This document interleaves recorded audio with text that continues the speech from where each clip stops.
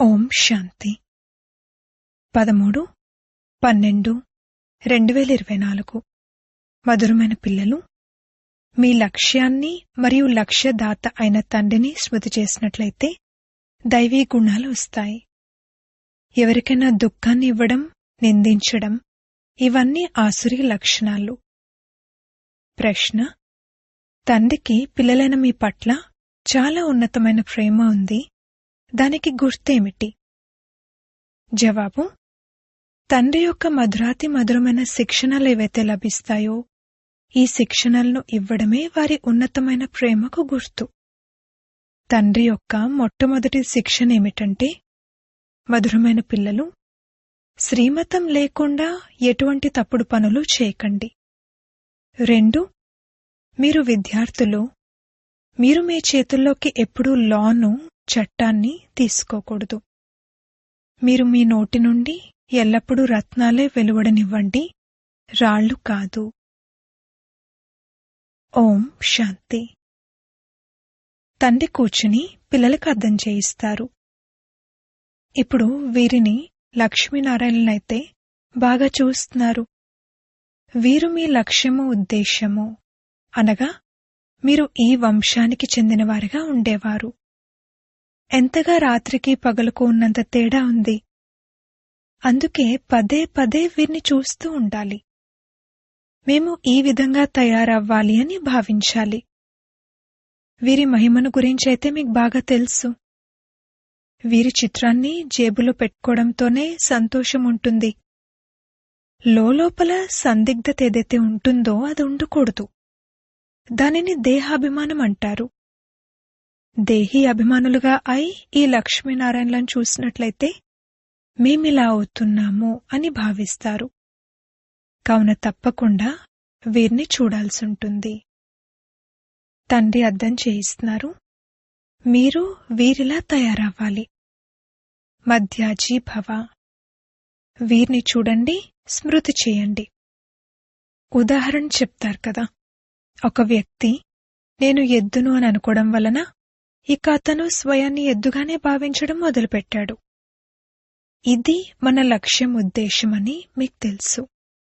మనం ఈ విధంగా అవ్వాలి. ఎలా అవుతాము?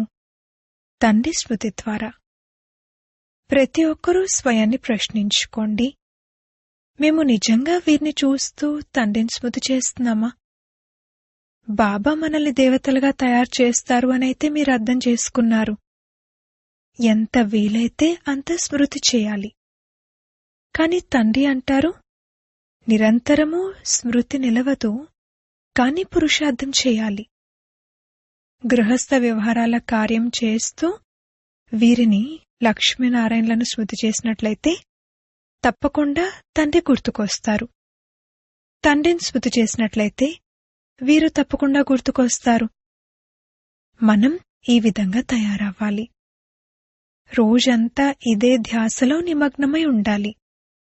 అప్పుడిక వీరు ఇలా ఉన్నారు, ఫలానావారు అలా ఉన్నారు అంటూ ఒకరినొకరు ఎప్పుడూ గ్లాని చేసుకోరు.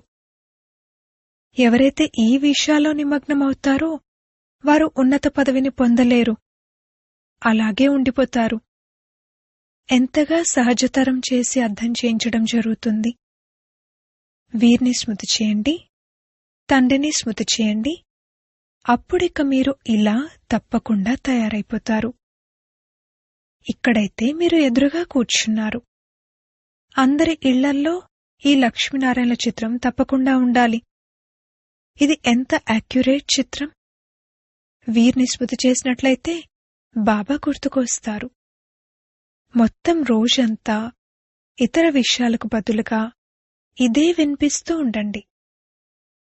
ఫలానా వారు ఇలా ఉన్నారు, వారు ఇది అది అంటూ ఎవరినైనా నిందించడం అంటే దానిని సందిగ్ధత అంటారు. మీరు మీ దైవీ బుద్ధిని తయారు చేసుకోవాలి. ఎవరికైనా దుఃఖాన్ని ఇవ్వడం, గ్లాని చేయడం, చంచలత్వంగా వ్యవహరించడం ఈ స్వభావం ఉండకూడదు. ఇందులోనైతే అర్థకల్పం ఉన్నారు. ఇప్పుడు పిల్లలైన మీకు ఎంతటి మధురమైన శిక్షణ లభిస్తుంది.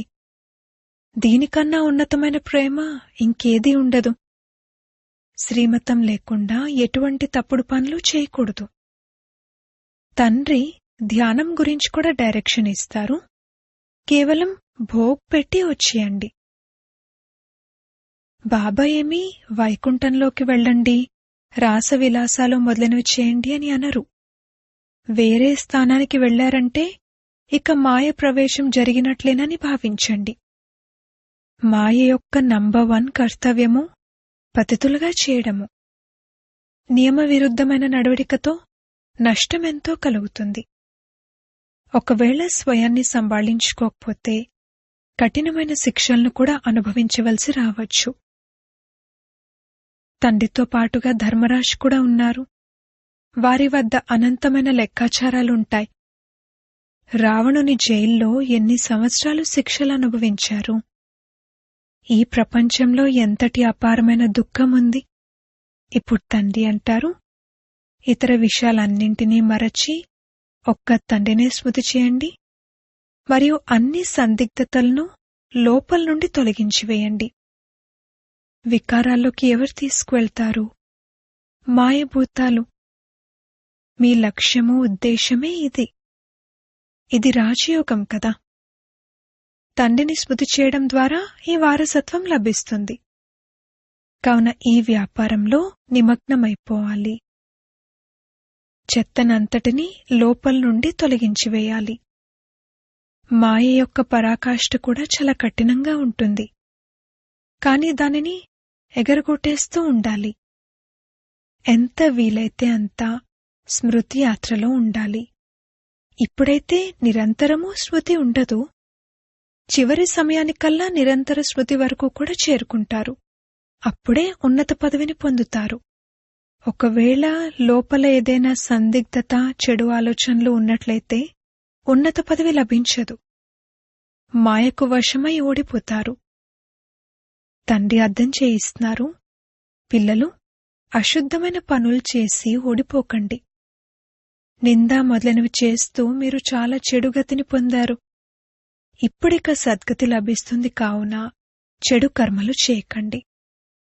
మాయ గొంతు వరకు మింగేసిందని, కాని వారికి తెలియని కూడా తెలియడం లేదని తండ్రి గమనిస్తారు. మేం చాలా బాగా నడుస్తున్నామని స్వయం భావిస్తారు, కాని అలా కాదు. తండ్రి అర్థం చేయిస్తారు, మనసా వాచా కర్మణ నోటి నుండి రత్నాలే వెలువడాలి. అశుద్ధంగా మాట్లాడటం రాళ్లు వేయడమే. ఇప్పుడు మీరు రాయి నుండి పారసంగా అవుతారు. కావున మీ నోటి నుండి ఎప్పుడూ రాళ్లు వెలువడకూడదు. బాబా అయితే అర్థం చేయించవలసి ఉంటుంది. పిల్లలకు అర్థం చేయించడం తండ్రి హక్కు. అంతేకాని సోదరులను అప్రమత్తం చేయడం కాదు. శిక్షణ ఇవ్వడం టీచర్ పని. వారేమైనా అనొచ్చు, కాని విద్యార్థులు తమ చేతిలోకి లా తీసుకోకూడదు. మీరు విద్యార్థులు కదా. తండ్రి అర్థం చేయించగలరు. కాని పిల్లలకు తండ్రి ఇచ్చే డైరెక్షన్ ఏంటంటే, ఒక్క తండ్రినే స్మృతి చేయండి. మీ భాగ్యం ఇప్పుడు తెరుచుకుంది. శ్రీమతంపై నడవకపోవడం వల్ల మీ భాగ్యం పాడైపోతుంది. ఇక ఎంతగానో పశ్చాత్తాపడాల్సి వస్తుంది. తండ్రి శ్రీమతంపై నడవకపోవడం వల్ల ఒకటేమో శిక్షలు అనుభవించవలసి వస్తుంది, ఇంకొకటి పదవి కూడా భ్రష్టమైపోతుంది. ఇది జన్మ జన్మాంతరాల కల్పకల్పాంతరాల ఆట. తండ్రి వచ్చి చదివిస్తున్నారు కావున బుద్ధిలో ఉండాలి, బాబా మాకు టీచర్, వీరి ద్వారా స్వయాన్ని ఆత్మగా భావించండి అన్న కొత్త జ్ఞానం లభిస్తుంది. ఆత్మలు మరియు పరమాత్మ యొక్క మేళా అని అనడం జరుగుతుంది కదా. 5000 సంవత్సరాల తర్వాత కలుసుకుంటారు. ఇందులో ఎంత వారసత్వాన్ని తీసుకోవాలనుకుంటే అంత తీసుకోవచ్చు. లేదంటే చాలా చాలా పశ్చాత్తాపడతారు, ఏడుస్తారు. అంతా సాక్షాత్కారం అవుతుంది. స్కూల్లో పిల్లలు క్లాస్ ట్రాన్స్ఫర్ అయినప్పుడు చివర్లో కూర్చునేవారిని అందరూ చూస్తారు. ఇక్కడ కూడా ట్రాన్స్ఫర్ అవుతారు. ఇక్కడ శరీరాన్ని వదిలి వెళ్లి సత్యుగంలో యువరాజుల కాలేజ్లో భాష నేర్చుకుంటారని మీకు తెలుసు. అక్కడి భాషనైతే అందరూ చదువుకోవాల్సుంటుంది. అది మాతృభాష. చాలామందిలో పూర్తి జ్ఞానం లేదు, ఇక రెగ్యులర్గా చదవరు కూడా. 1-2 సార్లు మిస్ చేశారంటే ఇక మిస్ చేయడమనేది అలవాటైపోతుంది. మాయకు బానిసలైపోయిన వారి సాంగత్యం ఉంటుంది. శివబాబాకు అనుచరులు కొద్దిమందే ఉన్నారు. మిగిలిన వారంతా మాయకు అనుచరులే. మీరు శివబాబాకు అనుచరులుగా అయితే మాయ సహించలేదు. అందుకే చాలా సంభాళించుకోవాల్సుంటుంది. అశుద్ధమైన చీచీ మనుషుల నుండి సంభాళించుకోవాలి. హంసలు మరియు కొంగలు ఉన్నాయి కదా. బాబా రాత్రి కూడా శిక్షణ ఇచ్చారు. రోజంతా ఎవరో ఒకరిని నిందించడం, పరచింతన చేయడం, వీటిని దైవీ గుణాలని అనరు. దేవతలు ఇటువంటి పనులు చెయ్యరు. తండ్రిని మరియు వారసత్వాన్ని స్మృతి చేయండి అని తండ్రి అంటారు, అయినా కాని నిందిస్తూనే ఉంటారు. నిందించడమైతే జన్మజన్మాంతరాలు చేస్తూనే వచ్చారు. సందిగ్ధత లోలోపల ఉంటూనే ఉంటుంది. ఇది కూడా లోలోపల యుద్ధం చేసుకుంటున్నట్లే. అనవసరంగా తమను తాము హతమార్చుకుంటారు. అనేకులను నష్టపరుస్తారు. ఫలానవారు ఇలా ఉన్నారు, అందులో మీకు పోయేదేముంది? అందరికీ సహాయకులు ఒక్క తండ్రే. ఇప్పుడైతే శ్రీమతంపై నడవాలి. మనుష్యమతమైతే చాలా అశుద్ధంగా చేసేస్తుంది. ఒకరినొకరు గ్లాని చేసుకుంటూ ఉంటారు. గ్లాని చేయడమనేది మాయభూతము. ఇది ఉన్నదే పతిత ప్రపంచము. మేమిప్పుడు పతితుల నుండి పావనులుగా అవుతున్నాము అని మీరు భావిస్తారు. ఇవన్నీ చాలా చెడు విషయాలు. మేమింకెప్పుడూ ఇటువంటి పనులు చెయ్యము అని ఈ రోజు నుండి మీ చెవులు పట్టుకోవాలి అని అర్థం చేయించడం జరుగుతుంది. ఏదైనా చూస్తే బాబాకు రిపోర్ట్ చేయాలి. అందులో మీకు పోయేదేముంది? మీరు ఒకరినొకరు ఎందుకు గ్లాని చేసుకుంటారు? తండ్రి అయితే అన్నీ వింటారు కదా. తండ్రి ఈ చెవులు మరియు కళ్లను అప్పుగా తీసుకున్నారు కదా. తండ్రి కూడా చూస్తారు, అలాగే ఈ దాదా కూడా చూస్తారు. నడవడిక వాతావరణమైతే కొందరిది పూర్తిగా నియమ విరుద్ధంగా నడుస్తుంది. ఎవరికైతే తండ్రి ఉండరో వారిని అనాథలు అంటారు. వారికి తమ తండ్రి గురించి కూడా తెలీదు, అలాగే వారిని స్మృతి కూడా చేయరు. బాగుపడేందుకు బదులుగా ఇంకా పాడవుతూ ఉంటారు. అందుకే తమ పదవినే పోగొట్టుకుంటారు. శ్రీమతంపై నడవకపోతే వారు అనాథలే. మాతాపితల శ్రీమతంపై నడవరు. త్వమేవ మాతాశ్చ పిత, బంధువు మొదలైన వారిగా కూడా అవుతారు. కాని గ్రేట్ గ్రేట్ గ్రాండ్ ఫాదరే లేకపోతే మరి మదర్ ఎక్కడి నుండి వస్తారు? ఈ మాత్రం బుద్ధి కూడా లేదు. మాయ బుద్ధిని పూర్తిగా తిప్పేస్తుంది. అనంతమైన తండ్రి ఆజ్ఞను పాటించకపోతే దండన లభిస్తుంది. కొద్దిగా కూడా సద్గతి లభించదు. బాబా చూస్తే వీరు ఎంతటి చెడుగతిని పొందుతారు అని అంటారు కదా. వీరు సువాసన లేని విషపుష్పము, జిల్లెడు వంటివారు. వారిని ఎవరూ ఇష్టపడరు. కావున బాగుపడాలి కదా. లేకపోతే పదభ్రష్టులుగా అయిపోతారు. జన్మ జన్మాంతరాల కొరకు నష్టం వాటిల్లుతుంది. కాని దేహాభిమానుల బుద్ధిలో ఇది కూర్చోనే కూర్చోదు. ఆత్మాభిమానులే తండ్రిని ప్రేమించగలుగుతారు. బలిహారం అవ్వడం అనేది అంత సులువైన విషయమేమి కాదు. పెద్ద పెద్ద వ్యక్తులు బలిహారం అవ్వలేరు. వారు బలిహారం అవ్వడం యొక్క అర్థాన్ని కూడా అర్థం చేసుకోరు. హృదయం విదీర్ణమైపోతుంది. చాలామంది బంధనముక్తులుగా కూడా ఉన్నారు. పిల్లలు మొదలైన వారెవ్వరూ లేరు. బాబా మీరే మా సర్వస్వం అంటారు. ఇలా నోటితో అంటారు కాని అది నిజం కాదు.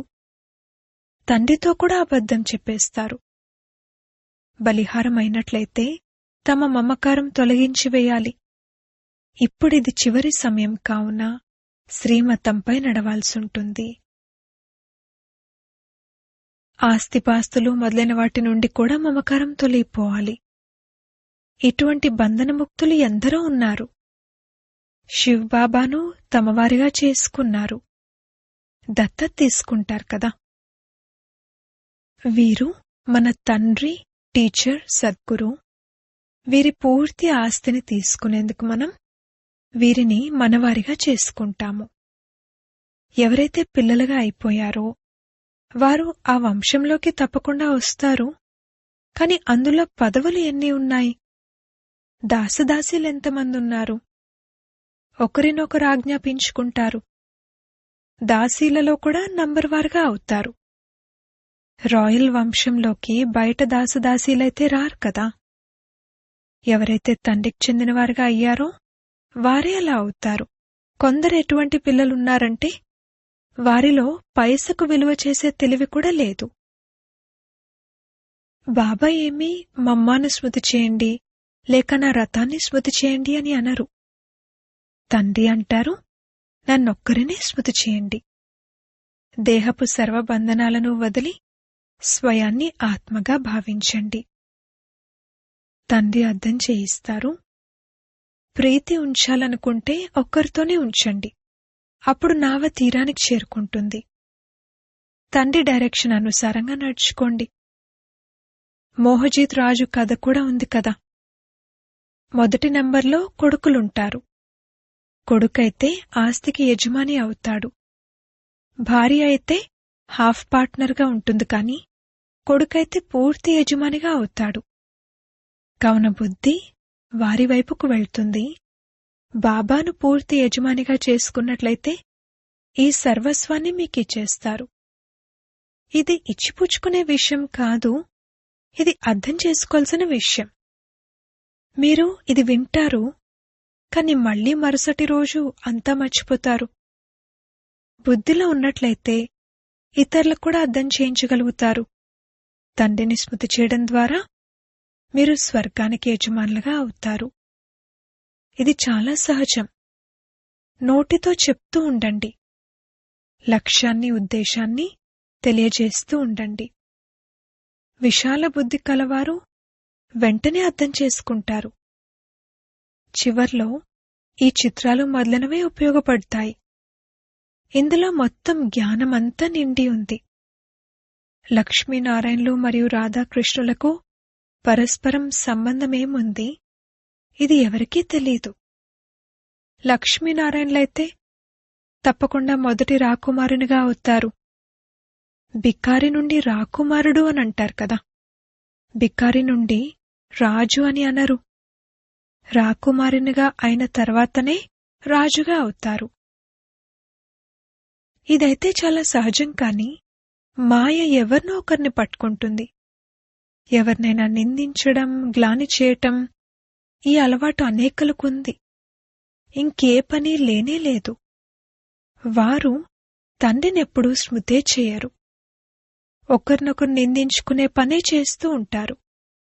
ఇది మాయ పాఠం. తండ్రి పాఠమైతే చాలా నేరుగా ఉంటుంది.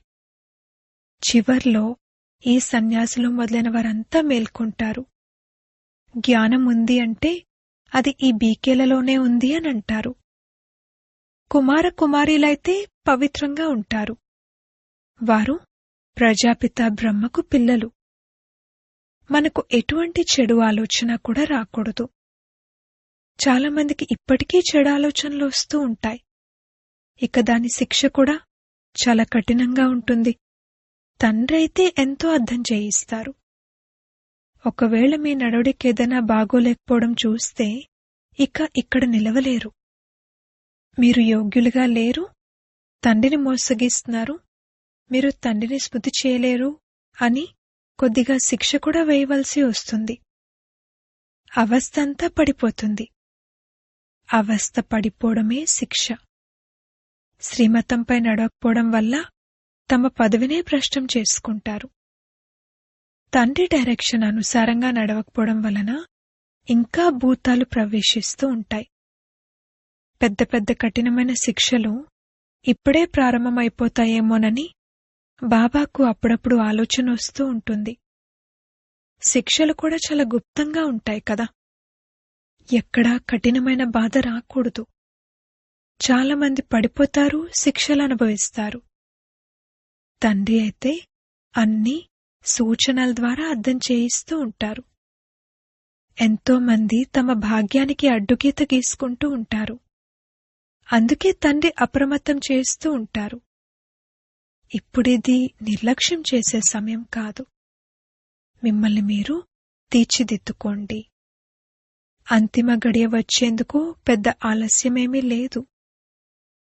అచ్చా, మధురాతి మధురమైన సిక్కిలదే పిల్లలకు మాతా పితా బాప్దాదాల ప్రియ స్మృతులు మరియు గుడ్ మార్నింగ్. ఆత్మిక పిల్లలకు ఆత్మిక తండ్రి నమస్తే.